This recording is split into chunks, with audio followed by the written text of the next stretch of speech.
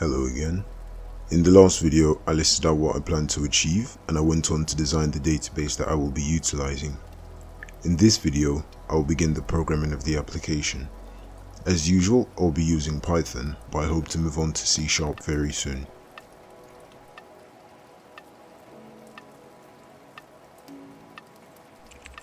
To begin with, I needed to connect the program to my database and implement the login in.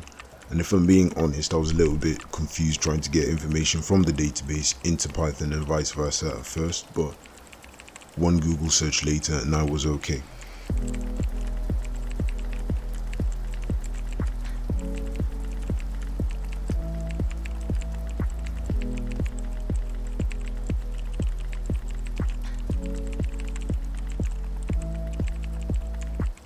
Deviating from my original database design, I decided not to have a password system as I deemed it would be too much work with little benefit.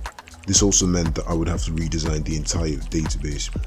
So with the general database design still in mind, I only created the tables I needed when I got there.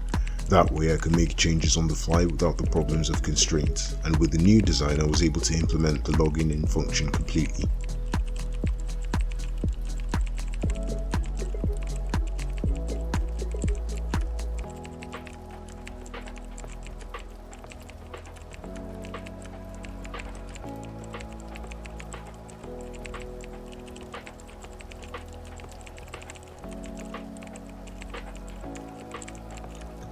So after that was implemented, I added a way to pass the user ID from the database into the program when the user was created.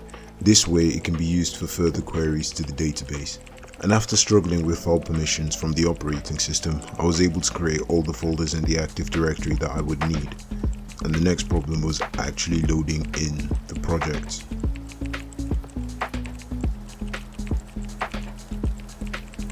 I managed to add the function to create new projects and add them to the database. After that, I added a function that would delete them both from the folders and the database, which is surprisingly easier than I thought.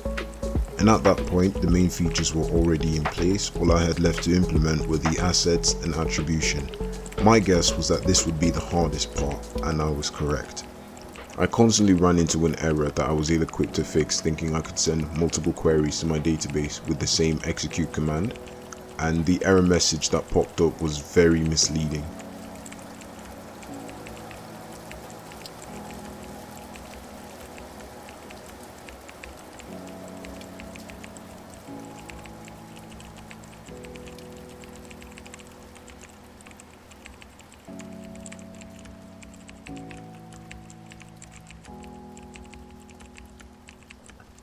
The second hardest part of the entire project was handling files. This might be because I'm inexperienced, but no function I found allowed me to directly delete a file, but directories could be easily deleted. So what I did was move the file into a trash directory, which I then delete and replaced.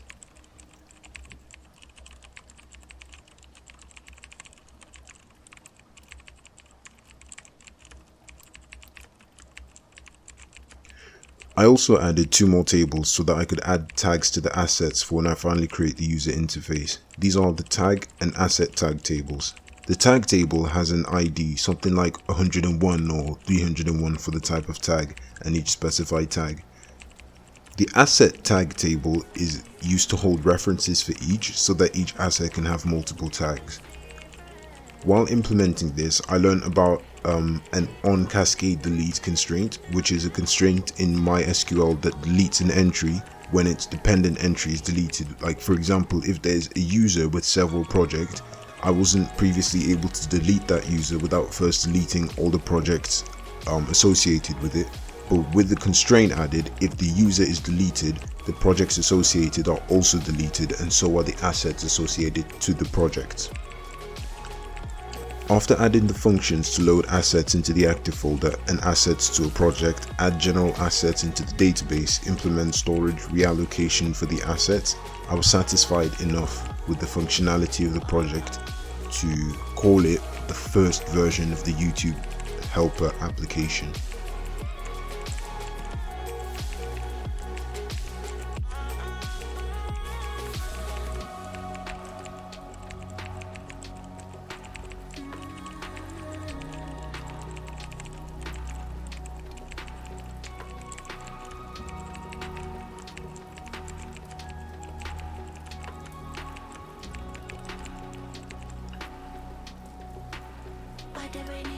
Now looking back at the objectives I had laid out for the project, I had completed 3 out of 4, and the next thing I want to do is the user interface. But for now I move into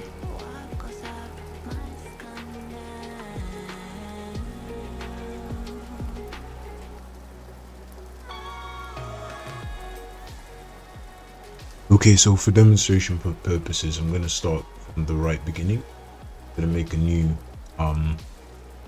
profile. So how I have it set up is that if you put a name, like input a name that's in the list, you log in. But if you input a name that's not in the list, for example,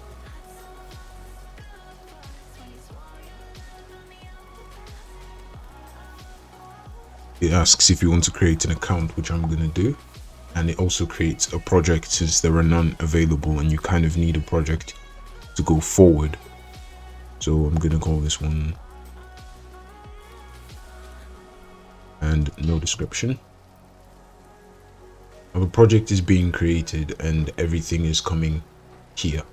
So right now this is it's all empty, nothing inside.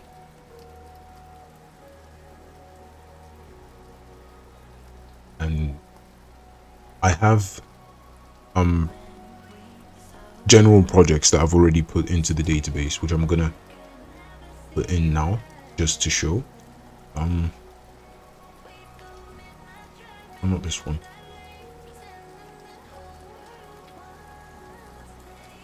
This is why I need a user interface for this, because typing it out all the time is going to be really stressful. So anyway, now the background has been imported successfully. I think that one can be found here. Yeah, this is one. I want to try music one. So this is very long. See if I can go.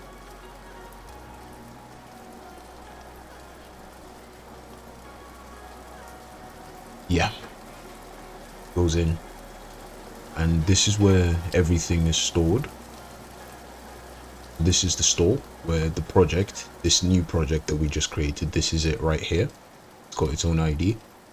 There's nothing here because these are how do I put it, personal assets for this particular project. Let me see if I can save an asset.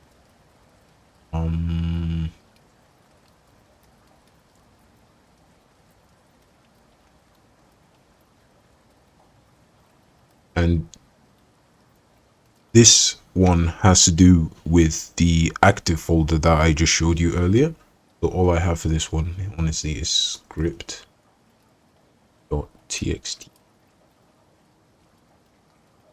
It's a free file, personal. I want to just, then it brings up to double check the information. I'm gonna say yes, and the file is moved. Now this is the scripts file. If I put something in here, like this is what gets loaded up every time I change the folder. In the active folder right now, there's nothing in the scripts file, so I'm gonna put script 1 just for demonstration purposes. I'm gonna go back. Okay. Now here, there's nothing in the script file, right? I'm actually gonna close this and open it again.